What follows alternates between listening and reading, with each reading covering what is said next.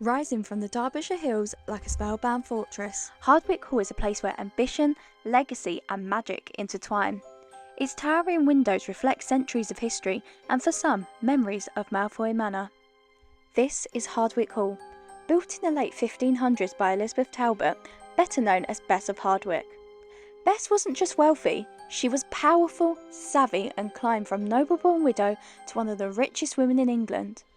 Her home reflected her ambition, grand, symmetrical and drenched in light. So much glass, in fact, that it sparked the famous phrase, "Hardwick Hall, more glass than wool." In a time when glass was a luxury, this house was a statement. If you look closely, you can actually see her initials carved into the top of the house. Did you know that you can not only visit the gardens and the outside area at Hardwick Hall, you can also go inside and see the house as well? Welcome to Hardwick Hall. Let's look around. So when you first come in the hall, it's actually quite different from last time. You do have to show your ticket. I don't know if it's like that all the time, whether it's just because it's weekend. We came on a Friday. We didn't have to show our tickets. But I'm going to show you a little bit around here first. But what I did want to highlight to you is this table. Now, if you are a big Harry Potter fan like I am, then you will recognise this room and this table, because this is where they use it for in the Deathly Hallows, for the Death Eater meetings where they kill Charity Burbage, and she's like suspended above the table. So that is the table they use. As a Harry Potter fan myself, there's something magical about Hardwick Hall that gives me chills every time I visit. In Harry Potter and the Deathly Hallows, this incredible place became Malfoy Manor, the dark, foreboding home of one of the Wizarding World's most infamous families. Imagine it, this is where Lord Voldemort made his terrifying plans. This is where the Death Eaters gathered in secret. And standing here by those same towering windows, it feels like you stepped right into the story, like you could almost hear the whispers of a spell. Even after all these centuries, Hardwick Hall doesn't just hold history, it casts its own kind of magic. Hardwick Hall is so much more than Harry Potter, however. When you step inside, you are walking through living history. The long gallery stretches almost 50 metres, designed for pacing, displaying wealth and impressing royal visitors. Every room is filled with tapestries, carved wood and the original furniture from Bess's time. You can almost hear the whispers of the Elizabethan court echoing through the grand halls. Sure, her legacy wouldn't be forgotten, and neither will your visit. Let's have a little look around Bess's home.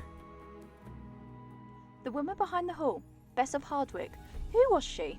Elizabeth Talbot, Countess of Shrewsbury, aka Bess of Hardwick, was born around 1527 and rose from a relatively modest gentry background to become one of the wealthiest and most influential women in Elizabethan England. So, how did she rise to power? Well, she was married 4 times, each time moving up the social and financial ladder. Her 4th husband was George Talbot, the 6th Earl of Shrewsbury. This gave her immense wealth, land and the title of Countess. She became a relatively close associate of Queen Elizabeth I and played a major role in court politics.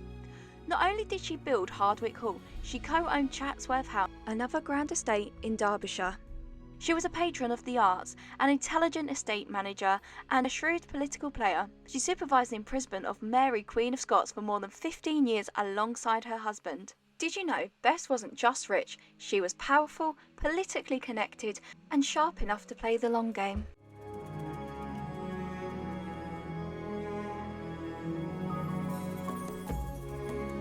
Let's take a closer look at the tapestries of Hardwick Hall. These aren't just decorative, they're status symbols, storytelling devices and political statements. Hardwick Hall houses one of the largest surviving collections of 16th century tapestries in Britain. Some are commissioned or acquired by Bess herself, and many of them are enormous, stretching across entire walls.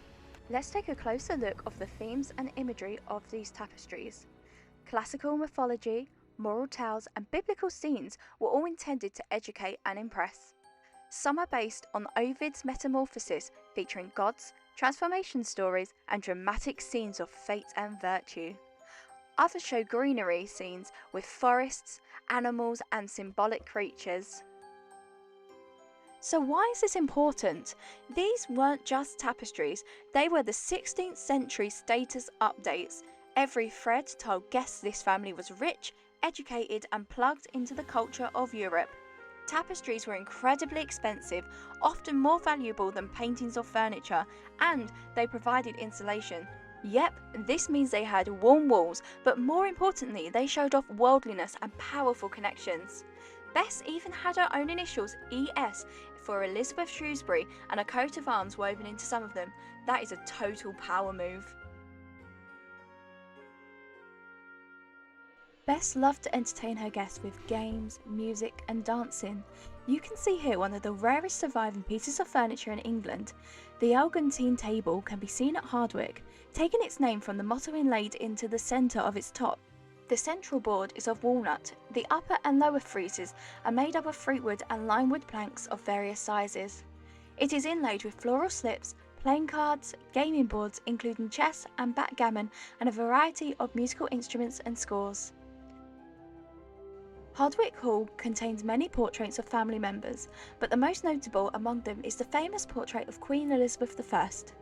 Attributed to Nicholas Hillard, the portrait features a dress covered with fantastical sea creatures. According to the National Trust website, some portraits may not be displayed in the long gallery to allow visitors to view the Gideon tapestries as Beth would have viewed them in the 16th century. This is part of Hardwick's Woven World celebration.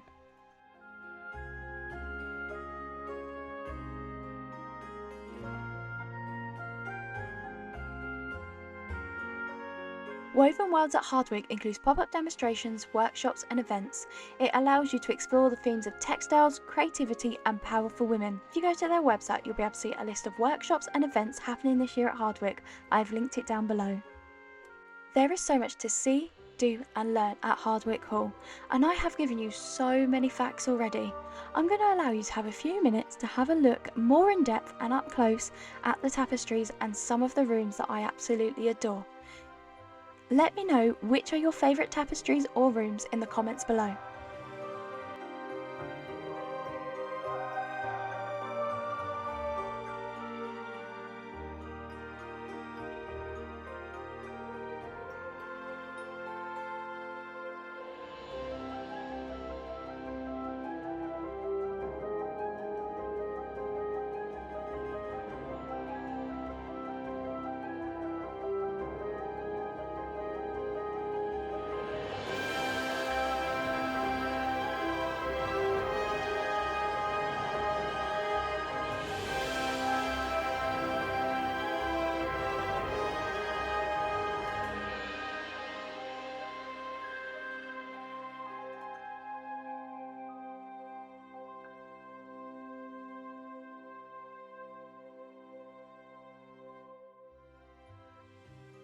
One of the things I love the most is that there are books everywhere. Hardwick Hall is like one massive library and it makes my bookish heart so happy.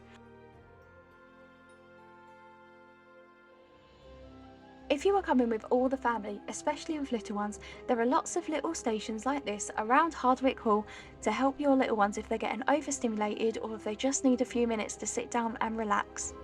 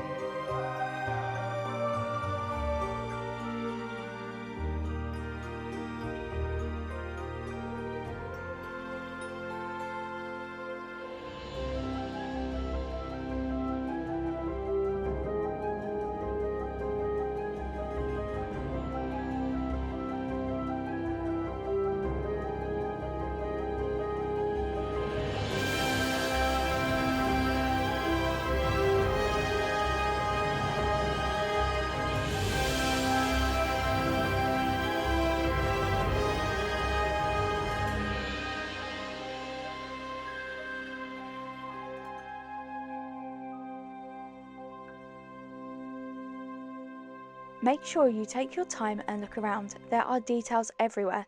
This is one of my favourite hidden details. What do you think?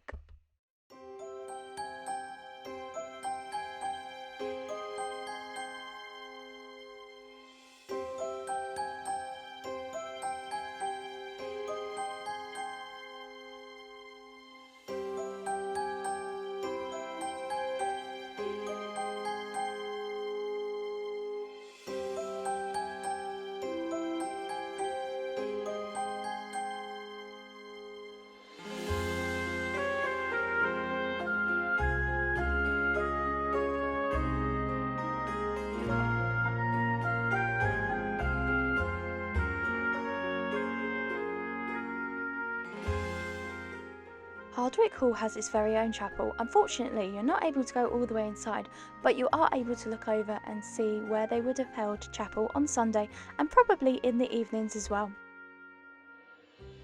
By the way, if you're planning to visit Hardwick Hall or any of the UK's amazing historic places, a National Trust pass is 100% worth it. It gets you access to hundreds of sites, from castles and coastlines to gardens and grand estates just like this one. Whether you're into history, nature walks, epic picnic spots, or just like me and want to visit different filming locations, then it pretty much pays for itself after a couple of visits.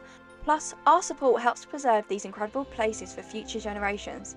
I've got one, and honestly, it's like a golden ticket for history lovers, or film nerds like me. I'll drop a link below if you want to check it out. I promise this isn't an ad. I think I'm on 3 or 4 visits now and it's already paid for itself.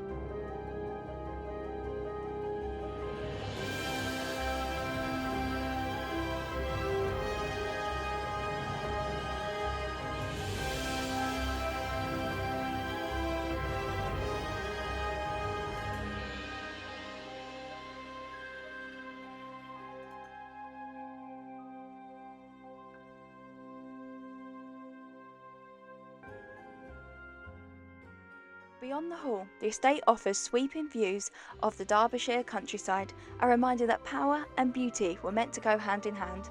Thank you so much for watching. I'm going to let my past self do the outro, and I hope you enjoyed it. Thank you guys so much for watching. I really hope you enjoyed this video. It was a bit different to what I was expecting to do, but I'd completely forgotten it. It was Mother's Day when I'd made the decision on what my vlog was going to be like. So of course it is extremely busy, but I will be back here at the end of the month. Like another mini vlog, but it's probably not going to be as informational, and it will sort of be different because I'll be with my friends rather than my parents. But yeah, I hope you enjoyed this vlog. If you did, make sure you give it a thumbs up. Comment down below what you would like to see next. And make sure you hit the subscribe button so you're notified every time I upload. See you later, bye! Oh, and one last cheeky tip before I go. Whoever's in the passenger seat or in the back seat, make sure that you slow down for them and they get their phones out, because you can get stunning views like this as you leave. Thank you so much for watching. I hope you're having the most magical day, and I will see you very soon. Bye!